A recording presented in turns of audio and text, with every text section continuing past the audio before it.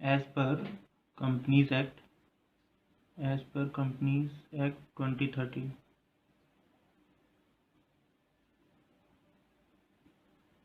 as per Companies Act 2013, body corporate includes a company incorporated outside India but does not include, मतलब body corporate क्या include करती है?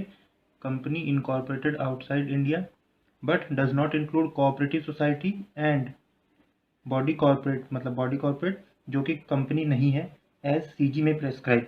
कोई अगर central government prescribe कर दे कि इसको तुम बॉडी कॉर्पोरेट नहीं मानोगे, जो कि बॉडी कॉर्पोरेट है, उसके बाद भी अगर तुम नहीं मानोगे तो हम नहीं मानेंगे, और कॉर्पोरेट सोसाइटी को हम बॉडी कॉर्पोरेट नहीं मानेंगे। अब हम इस डेफिनेशन को एग्जाम्पल से समझेंगे तो ज़्यादा बेटर अंडरस्टैंडिंग के साथ समझ आएगा। तो एप्पल कंपनी जो कि फॉरेन कंपनी है वो बॉडी कॉर्पोरेट है because it is a body corporate through this definition, company incorporated outside India. So Reliance Limited, an Indian company, yes it is a body corporate।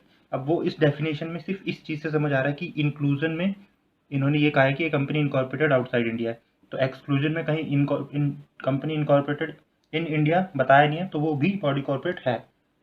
Asian Development bank जो कि एक body corporate है, वो body corporate नहीं है क्योंकि central government ने remove कर दिया एशियन डेवलपमेंट बैंक को from body corporate through this body corporate other than company as CG में प्रेस्क्राइब। तो उन्होंने प्रेस्क्राइब किया है कि एशियन डेवलपमेंट बैंक जो कि एक बॉडी कॉर्पोरेट है उसे हम बॉडी कॉर्पोरेट नहीं मानेंगे।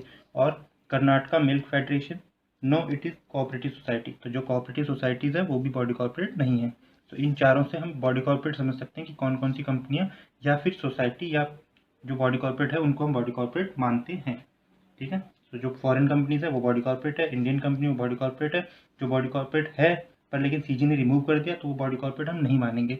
एंड जितनी भी कोऑपरेटिव सोसाइटीज़ है वो बॉडी कॉर्पोरेट नहीं है।